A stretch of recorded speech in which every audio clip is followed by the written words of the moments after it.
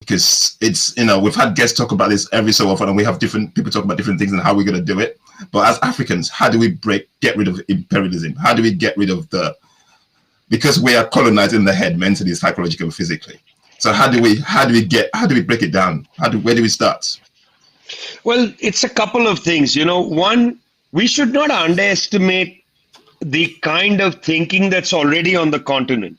For instance, in 2016, the African Union, limited as it is, passed a resolution in the Peace and Security Council saying that all foreign military bases should be removed from the African continent. That was in 2016. That was the government's.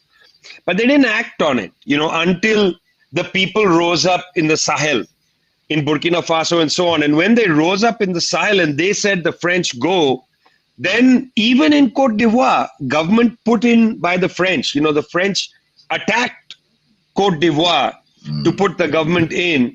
Even there, the government said, get the French base out. It's interesting, in Niger, they've said French out, but not United States. In the city of Agadez, I've seen the big giant US drone base. It's one of the largest military bases in the world. Wow. They have not been able to, they don't have right now the strength to say Americans have to leave, because Americans are way too powerful. So they haven't been able to say that. Then a few years ago, the governments of Zambia and the Democratic Republic of Congo came together and said, we have a lot of raw materials to make electric batteries for to save electricity.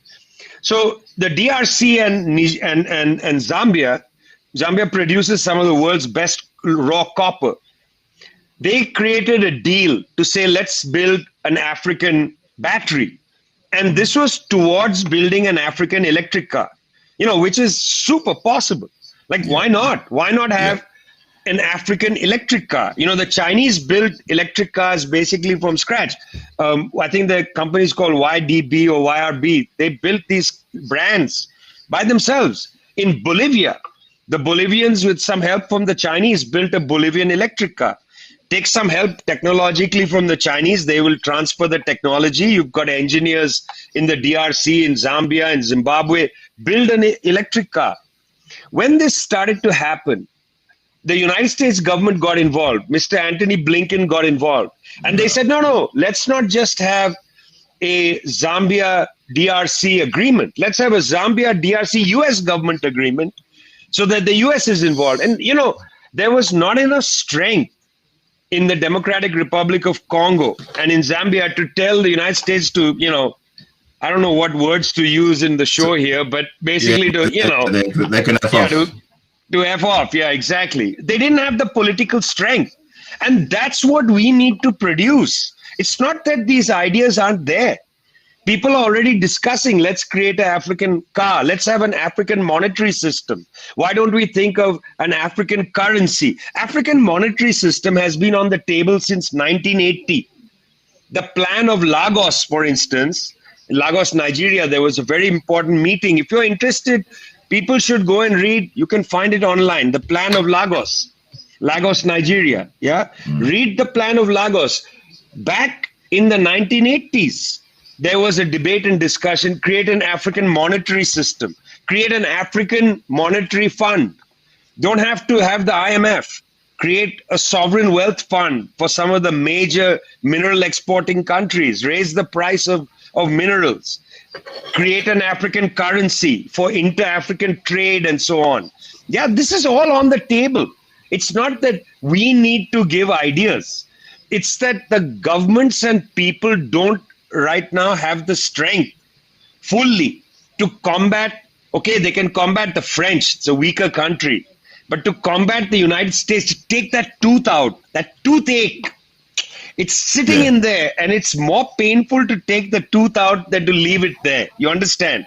Because if you try to pull that tooth out, what do? They kill Lumumba. They overthrow Nkrumah, coup d'etat. They overthrow and kill Sankara. Anybody who tries to stand up to the United States, dead. It's more painful to take the tooth out than to leave the tooth in. It's not that African leaders are not thinking some of these ideas. It's not that the people's movements aren't thinking them. It's that we just don't have the strength to deal with the viciousness with which imperialism has treated Africa. It's not just the coup d'etats, right? I gave you the example. Blinken's entry into the Zambia DRC conversation is a kind of economic coup d'etat. Why not allow an African battery to be built? Why should a US company get involved? That's an economic coup d'etat. Yeah. Whoa.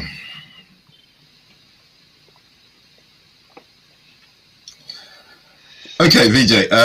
Yeah, you want Unduku? Before you go, Unduku, I'm just going by what Vijay just said there. So you say we're kind of limited because of the immense power that the US has. But I'm surely there must be something that we Africans should do to actually, because we cannot carry on like this, because the longer they stay on our continent, the longer they keep looting and stealing, it's going to hold Africa down. Capitalism is holding Africa down. So there has to be a way out of this. You know, have you got any suggestions?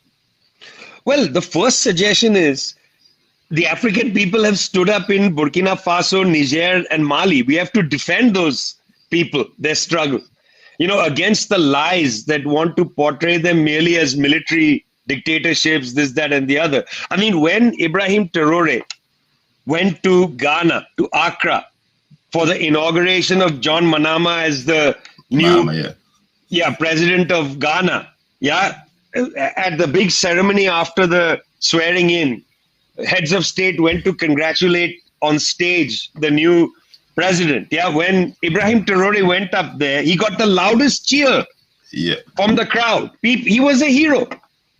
And the Western press said, why was he carrying a gun? Why did they allow him to carry a gun? Because he's a gangster. We love him. We love him. But they are portraying him as a military dictator. We have to defend that process. We have to strengthen our friends in Senegal. We have to give that government strength not to give in to the IMF, because they are all people who fought. Many of them been to prison, you know, in that government. They are fighters. We have to give them strength in whatever way we can. You know, if the alliance of Sahel states, Burkina Faso, Mali, Niger, if they succeed, Africa has a road forward. You see, a path will open. So our defense of that right now, in my opinion, it's the biggest thing. Is a vital. It's vital. I agree with you. Absolutely.